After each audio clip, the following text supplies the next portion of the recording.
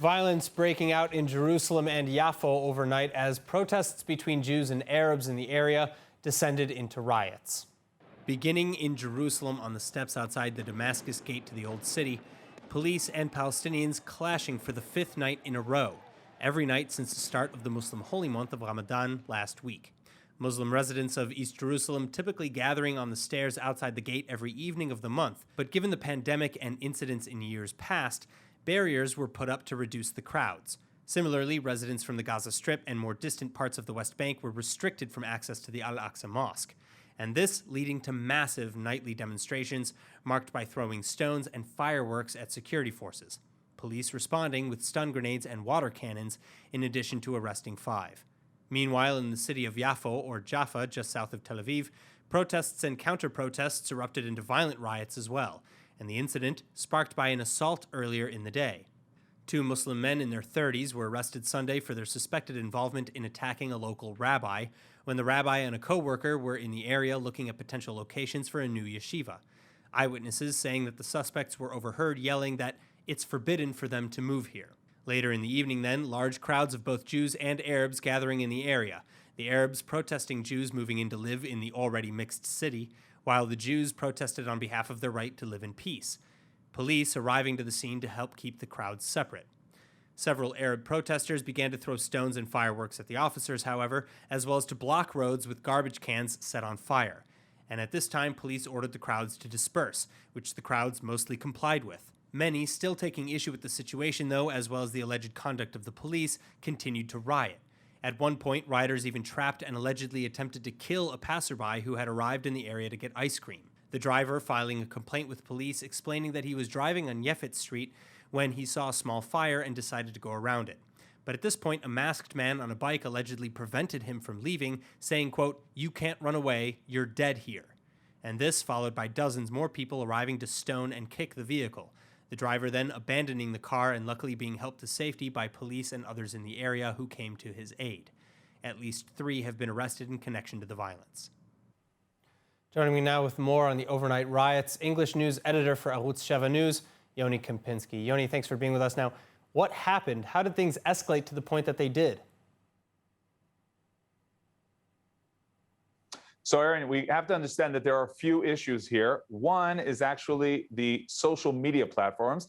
We know that, for example, the incident in Jerusalem where an Arab slapped a Jewish boy, it was posted on TikTok by the perpetrators, and that's one phenomenon that we're seeing today. It's the footage of violent incidents being uploaded and posted. It's not by bystanders, who are standing there and seeing what's going on, rather by the attackers and their friends.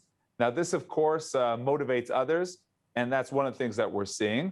Another thing, of course, is the month of Ramadan, as the Arab youth look for something to do in the evening after the Ramadan prayers and all. So they start gathering, and a protest becomes, unfortunately, a violent mob. Regarding Jaffa, as well as in other places throughout the country, it's also about some Arabs being against any Jewish presence in areas which, we must remember, are located in central Israel and are historically part of the Jewish state. So that's what we're seeing here these days. It's about the yeshiva in Jaffa. It's about this issue of the presence of purchasing Jewish lands. And it's also coming regarding it's because of the month of Ramadan. But what we're hearing from activists is that this is worse than anything we've seen before. So, many protesters called for continuing the riots and preventing Jews from living in Jaffa. Do you suspect that this is just the beginning of a larger ongoing demonstration? I'll tell you what, there is a feeling that we are in the midst of something that will take a few days till it ends.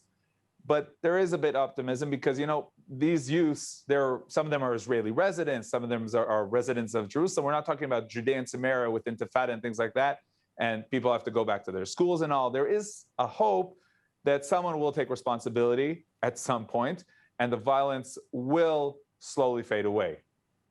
So what's being done to prevent violence from breaking out in the future? So far, and it's mainly police activity.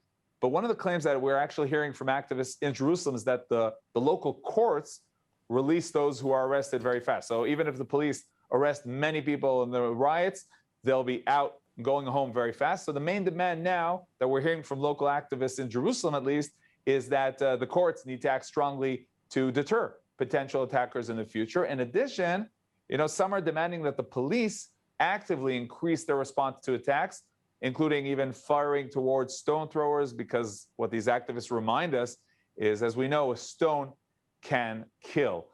In addition, there is demand for more dialogue and action from Arab leaders, but I at least heard Arab MKs today, and they do not want to condemn the riots, and they're mainly trying to explain the Arab side, and we're not seeing that yet. And the hope is that we'll see also the Arab leaders condemning and trying to, bring the violence to an end. Well, so it's often been noted that outside forces come to Jaffa and to instigate violence, making it seem like residents are behind it when they're not. Who was at the protests and the riots last night? Outsiders or residents? Who instigated this? No, so I'll tell you the truth, Aaron, it is probably a mix of the two. We know that many Arab residents of Judea and Samaria, they reside in the Arab neighbors of Jaffa and also, of course, in the areas of Jerusalem. However, our correspondent who was at the protest and the riots yesterday, he heard from locals that many of the rioters are from the area. So it might be, for some easier to feel that it's some people coming from outside. But these events and these incidents do influence what's going on in the neighborhoods in Jerusalem and the neighborhoods in Jaffa and other places around the world. So it really seems to me a mix of the both. And it's very important to understand that this is something that's happening in Israel with Israelis, Israeli Arabs who are part of these mobs, these riots. All right, Yoni Kempinski, thank you so much. Thank you.